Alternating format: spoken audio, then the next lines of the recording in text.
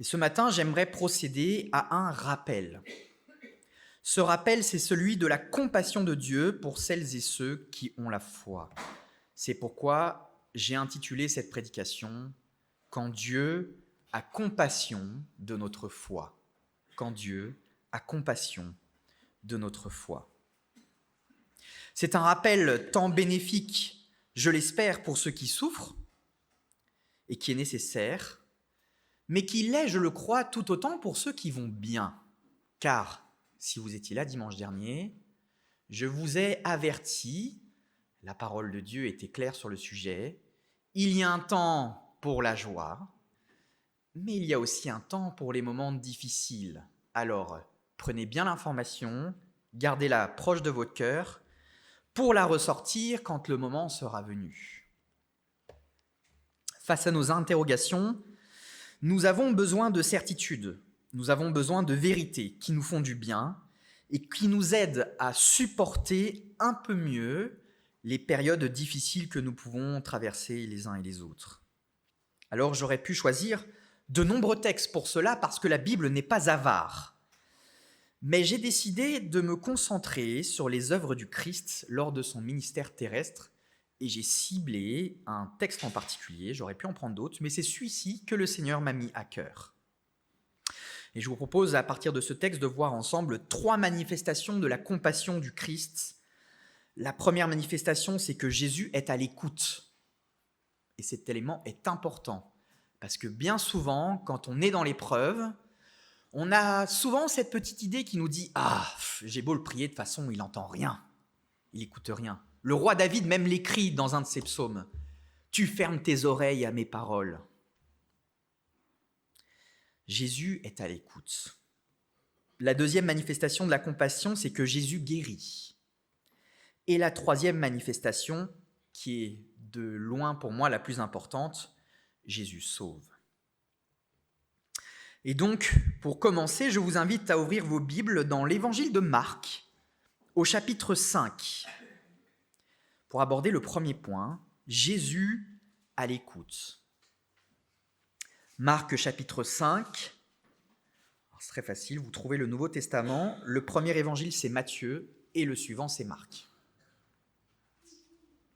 Marc chapitre 5 et je vais lire du verset 21 au verset 24, je suis dans la version du Semeur.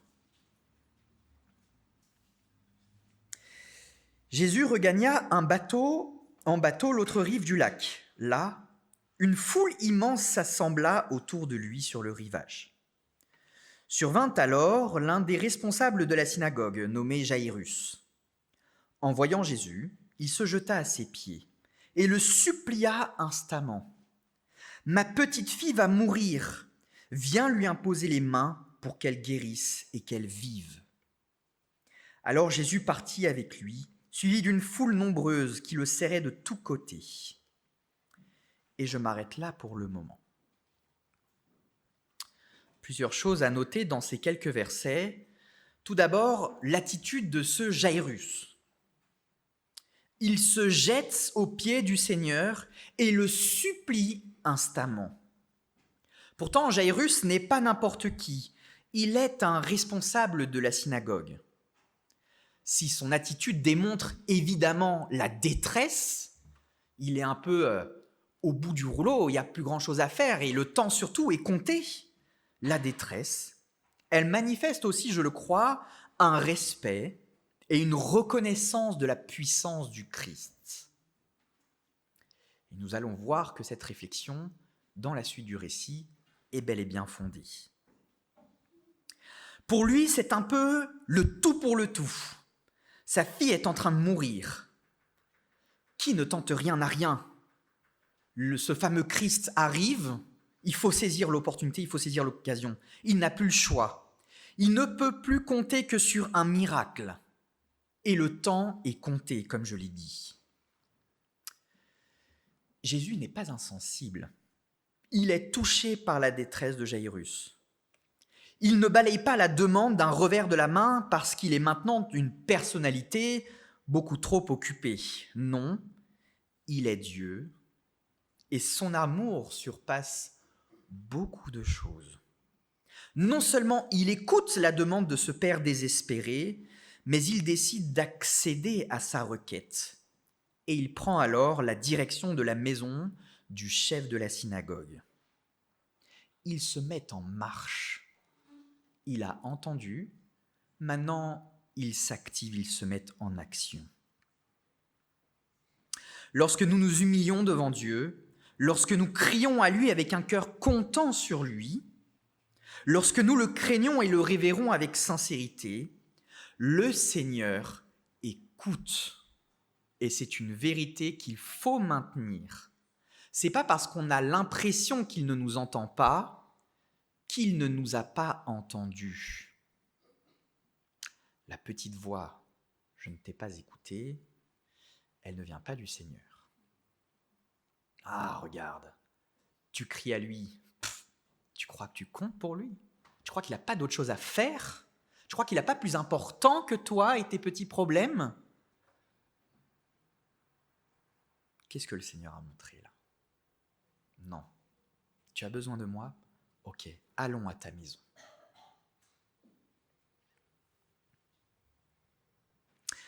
Dieu n'est pas sourd. Il est compatissant.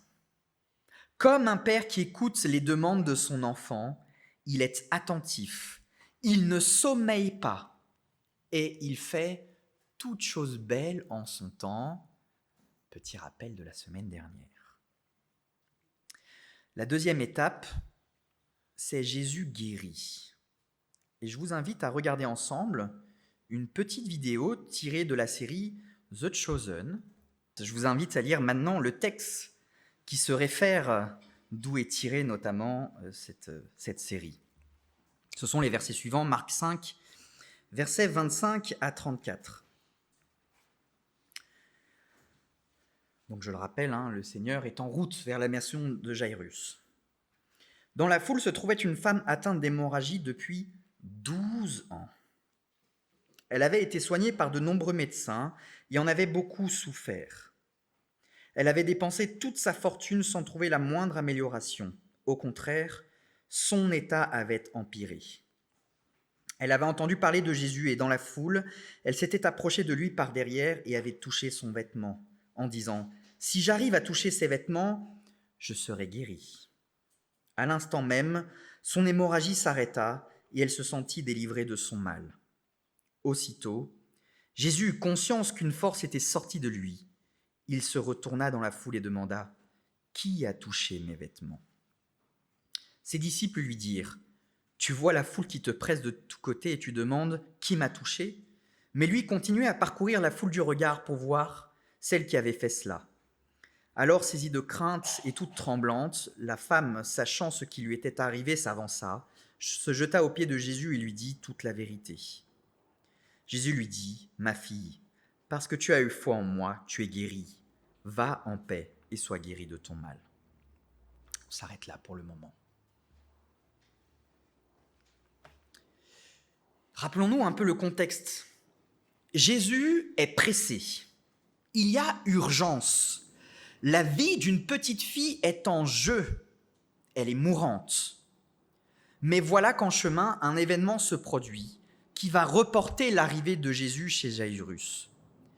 Quelqu'un l'a touché, mais d'une manière bien différente des autres personnes composant la foule, car tout le monde le touche, mais quelqu'un l'a touché d'une manière très particulière. Cette personne est une femme, elle aussi en détresse.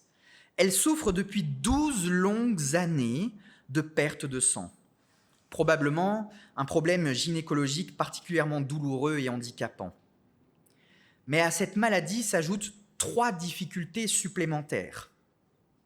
La première difficulté, c'est que la loi mosaïque, la loi de Moïse, présente cette femme comme une femme impure, c'est le Lévitique 15, ainsi que tout ce qu'elle touche. Elle n'aurait pas dû traverser la foule pour essayer de toucher quelqu'un.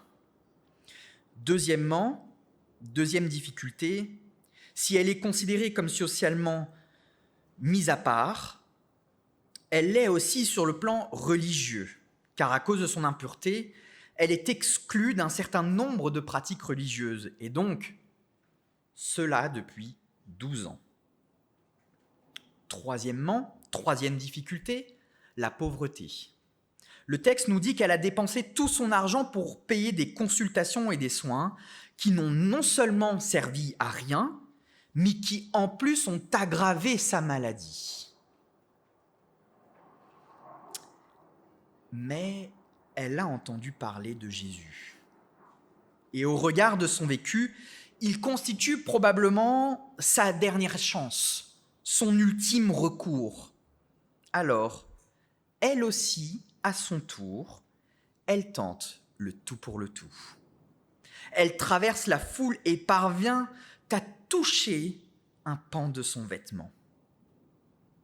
Et alors, ce qu'elle espérait se produit.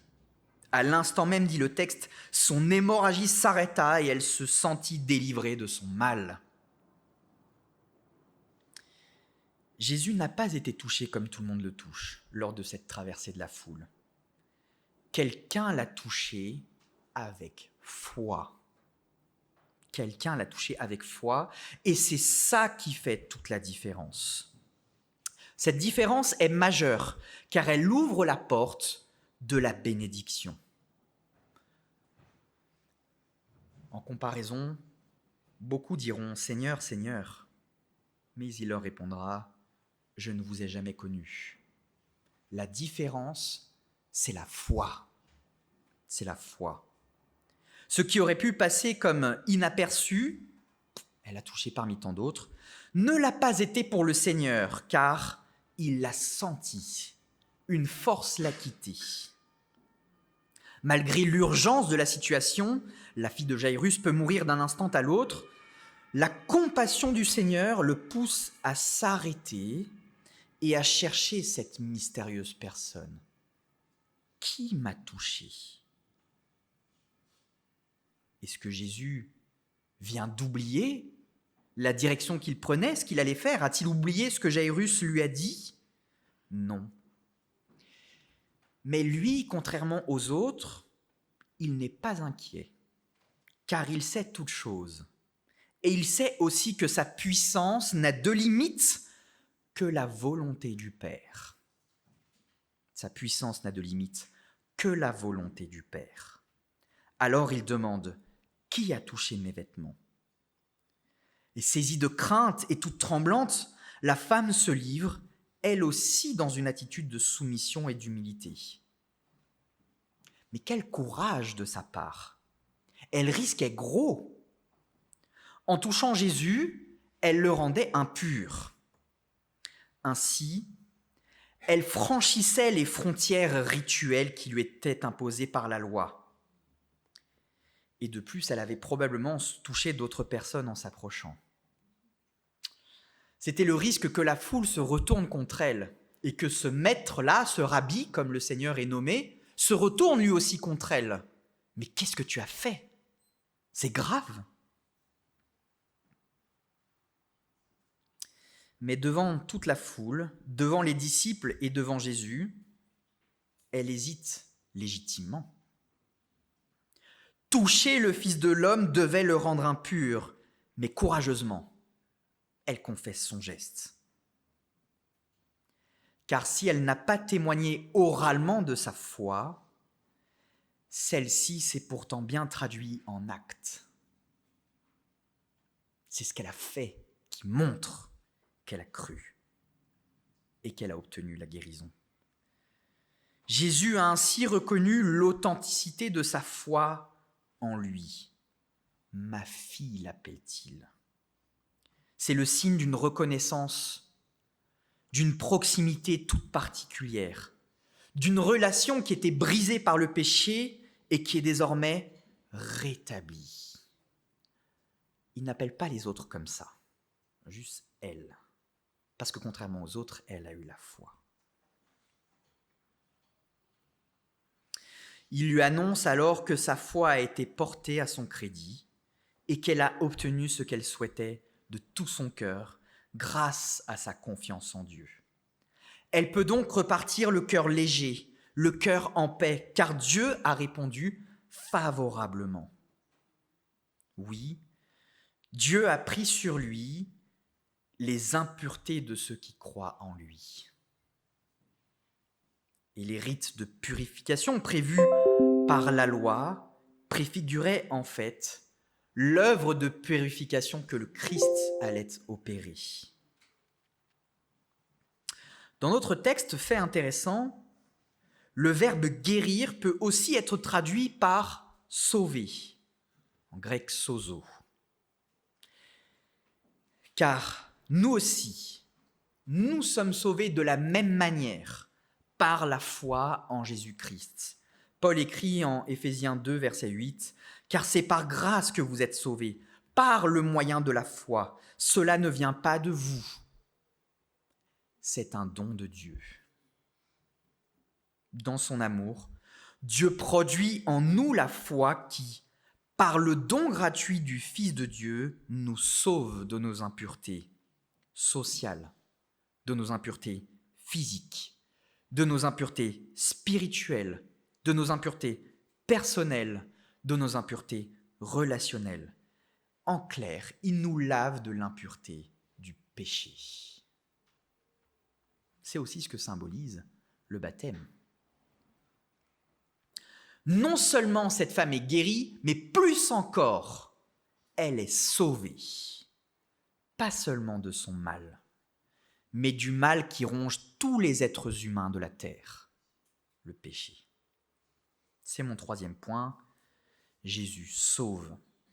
Jésus écoute, Jésus guérit et Jésus sauve maintenant. Lisons la suite du récit. Marc 5, verset 35 jusqu'à la fin. Pendant qu'il parlait encore, donc que Jésus s'adresse à cette femme, quelques personnes arrivèrent de chez le chef de la synagogue pour lui dire « Ta fille est morte. À quoi bon importuner encore le maître ?» Mais Jésus entendit ces paroles. Il dit au chef de la synagogue « Ne crains pas, crois seulement. » Il ne permit à personne de le suivre plus loin, excepté Pierre, Jacques et Jean, son frère. En arrivant à la maison du chef de la synagogue, Jésus vit une grande agitation. On pleurait et on poussait des cris. Ça, c'est conformément à la coutume de l'époque. Il entra dans la maison et dit « Pourquoi ce tumulte ? Pourquoi ces pleurs ? L'enfant n'est pas morte, elle est seulement endormie. » Mais on se moqua de lui. Alors, il fit sortir tout le monde, prit avec lui le père et la mère de l'enfant ainsi que les disciples qui l'accompagnaient, et il entra dans la pièce où l'enfant était couché. Il lui prit la main en disant « Talitha koumi », ce qui signifie « Jeune fille, lève-toi, je te l'ordonne ». Aussitôt, la jeune fille se mit debout et marcha. Elle avait environ 12 ans. Tous furent frappés de stupeur. Jésus leur recommanda instamment de ne raconter ce miracle à personne et il leur dit de donner à manger à la jeune fille. On s'arrête là pour aujourd'hui. Avant que Jésus ne reprenne le chemin de la maison de Jairus, la mauvaise nouvelle tombe brutalement. Ça ne sert plus à rien. Elle est morte. Vous imaginez le choc pour le père qui avait mis tant d'espoir en ce Jésus, qui a été freiné par cette femme dans la foule alors qu'il y avait urgence. Le maître a trop tardé. Il y avait une chance pour la sauver, mais désormais, c'est foutu. C'est trop tard. On ne peut plus rien faire. Imaginez le choc pour Jairus, car il apprend la nouvelle. Mais en plus, il se fait réprimander. À quoi bon importuner encore le maître ? Waouh ! Si le Seigneur a manifesté une grande compassion à l'égard des gens, le contraste avec les annonceurs de cette mauvaise nouvelle est alors saisissant. Ils ne font preuve d'aucun tact, d'aucune tendresse, d'aucun soutien. Ils sont froids et dépourvus d'empathie. Car en plus, ils lui font des reproches. Mais à cette terrible nouvelle, Jésus intervient et encourage le chef de la synagogue. Ne crains pas, crois seulement. Ce matin, c'est un encouragement à la foi. Si l'annonce aurait pu éteindre brutalement la foi de Jairus, immédiatement le Seigneur la garde allumée, même faiblement, car Jairus devait être assailli de doutes. Le Seigneur la garde allumée, même faiblement, car la foi est un don de Dieu. C'est lui qui la maîtrise. Lorsque tout semble perdu, que tout espoir est réduit à néant, que toutes tentatives humaines ont atteint leurs limites, que nous reste-t-il ? Dans le sport, il existe la notion du dépassement de soi. Ce moment où nos limites physiques et psychiques semblent être atteintes, mais où l'on doit encore pousser, aller plus loin, où le match n'est pas fini, où la course n'est pas terminée, mais où tout le monde est devant. Ce moment où l'on découvre des ressources alors insoupçonnées, où on donne le tout pour le tout. Je crois qu'il en est parfois de même pour notre foi. On peut croire avoir atteint nos limites, se dire qu'on a déjà tout remis au Seigneur, je l'ai déjà prié tellement longtemps pour ça, et qu'il n'a malgré tout pas répondu à la confiance que nous lui avions accordée. Mais à cela, je vous encourage à considérer deux choses. Premièrement, le Seigneur nous connaît mieux que nous-mêmes. Et ça, c'est très important. Il nous connaît mieux que nous-mêmes car c'est lui-même qui nous a créés. Il connaît nos capacités, y compris celles que nous ne soupçonnons pas. Il ne nous expose pas à l'épreuve au-delà de nos forces, dit l'apôtre Paul dans l'Épître aux Corinthiens. Il sait toutes choses. Il juge justement de quoi nous sommes capables, au-delà de nos propres connaissances. Mais parfois, il nous pousse à bout, volontairement. Je vais mettre ta foi au bord du précipice, au moment où tu es prêt de chuter, car c'est vraiment là qu'elle va grandir. C'est rare que la foi, elle grandisse quand tout va bien. C'est d'ailleurs souvent le moment où on la met le moins en activité.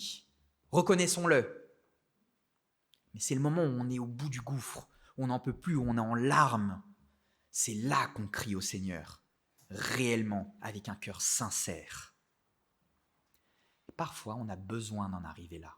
Oui, c'est nécessaire, parce que nous aussi, comme les Juifs, nous sommes parfois un peuple court-raide. Deuxième chose à considérer pour nous encourager. Celui qui produit la foi en nous, ce n'est pas nous-mêmes, mais c'est Dieu. Ce qui veut dire que dans sa grâce, il peut augmenter notre foi, la faire grandir. Et l'épreuve sert d'ailleurs souvent à la purifier. C'est l'image que Pierre utilise dans sa première épître quand il parle de la foi mise au creuset. Le creuset, c'est un élément qu'utilisent les fondeurs, un peu comme une forme de petite cuve, un petit bol, où on met l'or dedans et on le fait chauffer. Et quand l'or chauffe, il y a toutes les impuretés qui se dégagent de l'or, comme pour séparer ce qui est de mauvais dans la foi pour n'en laisser que ce qui est bon. Et je crois que le Seigneur parfois procède comme ça avec nous. Pour purifier notre foi, il nous met à l'épreuve. Mais attention, la foi ne doit jamais être confondue avec l'assurance de soi. Ce n'est pas la même chose. La foi, c'est la confiance en Dieu. Dans notre récit, la limite maximale a été atteinte. C'est la mort. Il n'y a pas de retour possible. La mort, c'est le moment où on abandonne, où on arrête de se battre, où on arrête de prier et où on enclenche une nouvelle étape, celle du deuil. Mais Jésus encourage Jairus sur une toute autre voie. Je ne te dis pas ce que je vais faire, mais je te dis en revanche ce que toi tu dois faire. Ne crains pas, crois seulement.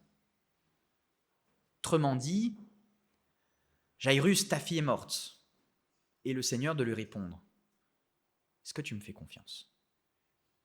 Est-ce que même là, dans cette situation, est-ce que tu as cédé ou est-ce que tu me fais encore confiance ? Ne crains pas, crois seulement. Paradoxalement, Jésus demande à la foule de ne pas le suivre, mais seulement à 3 disciples, en plus évidemment de Jairus. On aurait pu s'attendre à une preuve incontestable de sa puissance. Venez tous voir, vous allez voir ce que vous allez voir. C'est le moment de marquer le coup, d'ajouter un miracle de guérison auquel nous venons d'assister, un miracle de plus, pour enfoncer le clou et prouver à tous sa puissance, et donc l'approbation divine sur Jésus.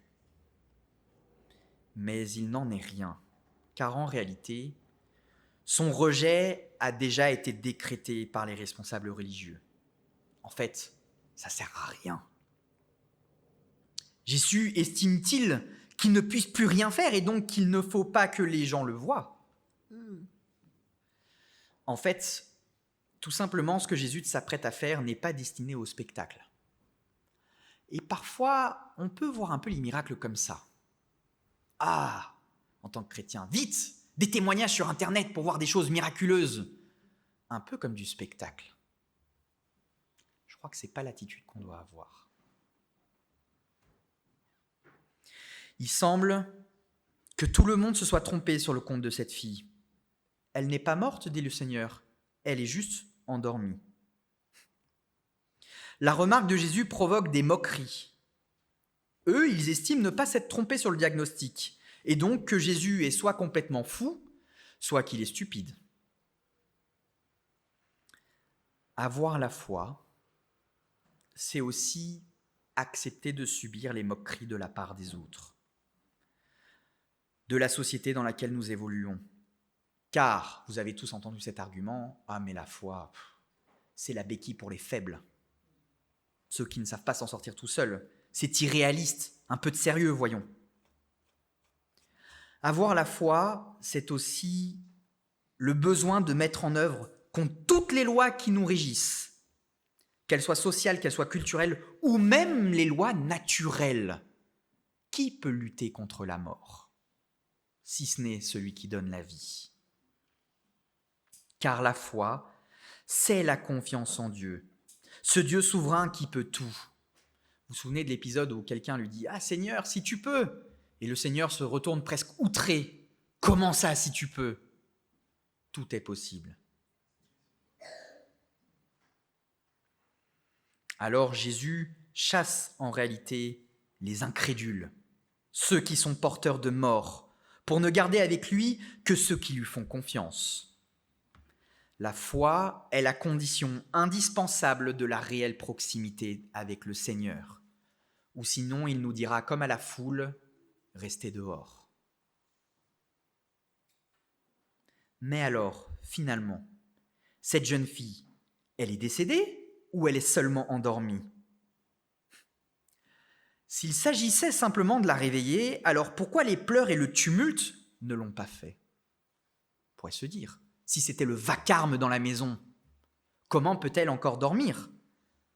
Sachant qu'elle a 12 ans. Ce n'est pas un petit enfant. En fait, dans le Nouveau Testament, il n'est pas rare que l'on parle de la mort comme d'un sommeil et de la résurrection comme d'un réveil. Si Jésus s'adresse ainsi aux personnes présentes, c'est parce qu'en réalité, c'est son point de vue à lui qui s'exprime. Ce n'est pas le point de vue des autres. Pour les autres, elle est morte. Mais pour le point de vue de Jésus, elle est simplement endormie. Je crois que parfois, il faut changer nos lunettes et regarder, non pas avec nos lunettes purement humaines, mais regarder avec les lunettes de Dieu. En disant à la jeune fille, Talitha Koumi, la mort devient alors sommeil, puis réveil, et donc vie. Jésus manifeste ainsi l'étendue de sa puissance. Il a même autorité sur la mort, et c'est lui qui donne la vie. Il est le Messie tant attendu, le Fils de Dieu, celui qui sauve ceux qui croient en lui de leurs péchés. Autrement dit, les actes de compassion du Seigneur énoncent la croix. Et sa résurrection constitue la preuve de la nôtre à venir. Pour conclure, notre Dieu n'est pas un Dieu insensible, comme on peut parfois le penser lorsque nous sommes dans le feu de l'épreuve. Il n'est pas un Dieu insensible et cloîtré dans son ciel, négligeant ses créatures, comme certaines religions le prétendent. Oui, il y a Dieu, mais bon, il est trop loin de nous, il n'est pas intéressé par nous, il a des choses plus importantes à gérer, etc. Ce n'est pas du tout l'image qu'en donne Jésus-Christ, car vous le savez, celui qui a vu le Fils a vu le Père. Il est même tellement proche de nous qu'il a même endossé notre condition humaine en Jésus-Christ. Il n'y a aucune autre divinité d'une autre religion qui a fait ça. Dieu, Jésus-Christ, est le seul à l'avoir fait. Durant son ministère terrestre, il a été ému. Il a été touché par les gens qu'il a rencontrés. Il n'a pas hésité à s'arrêter et à prendre du temps avec des personnes affligées dans leur chair ou dans leur cœur. Et il n'en est pas resté là. Il a été jusqu'à mourir pour nous sauver. En prenant sur lui nos fautes, nos iniquités, il nous a sauvés de la juste colère de Dieu, son Père. C'est là la plus grande et la plus belle preuve d'amour que le monde ait connue. Lorsque nous traversons une période particulièrement difficile dans notre vie, ce rappel devient alors fondamental. Parfois, il est la seule chose qui nous tient encore debout. Il constitue la garantie que Dieu ne nous abandonnera pas et qu'il nous aidera à tenir fermement attachés à lui par la foi. C'est sous garantie. Plus encore, parce que ça ne s'arrête pas là avec le Seigneur, ça monte toujours. Cet amour est la garantie des bénédictions à venir, la guérison du péché et la vie éternelle. Et ça, l'apôtre Paul l'avait très bien compris, et c'est ce qu'il écrit aux Romains, chapitre 5, versets 3 à 5. Mieux encore, nous tirons fierté même de nos détresses, car nous savons que la détresse produit la persévérance. La persévérance conduit à une fidélité éprouvée. Fidélité et foi sont des mots qui peuvent s'interchanger, pistis en grec. Et la fidélité éprouvée nourrit l'espérance. Or, notre espérance ne risque pas de tourner à notre confusion, parce qu'elle est fondée. Elle est fondée sur quoi ? Sur une garantie incroyable. Car Dieu, c'est ça l'argument, Dieu a versé son amour dans notre cœur par l'Esprit Saint qu'il nous a donné. En fait, son amour, sa compassion est la preuve qu'il est avec nous et qu'il nous tient dans sa main, qu'il nous garde sous ses ailes, comme le dit le psalmiste, même lorsque c'est très difficile. Quand j'ai certains amis dans la foi avec qui je suis très proche, on ne se voit pas souvent, mais un jour, il y a un de mes amis qui a lancé ça, et puis depuis, c'est resté. Et avec tout ce petit groupe d'amis, on dit toujours ça quand on se quitte. On se salue, écoute, rentre bien chez toi, etc. Et on se conclut toujours par « surtout, garde la foi ». Et avant de partir en vacances, je pars demain, j'aimerais vous laisser sur cette note. Gardez la foi. Amen.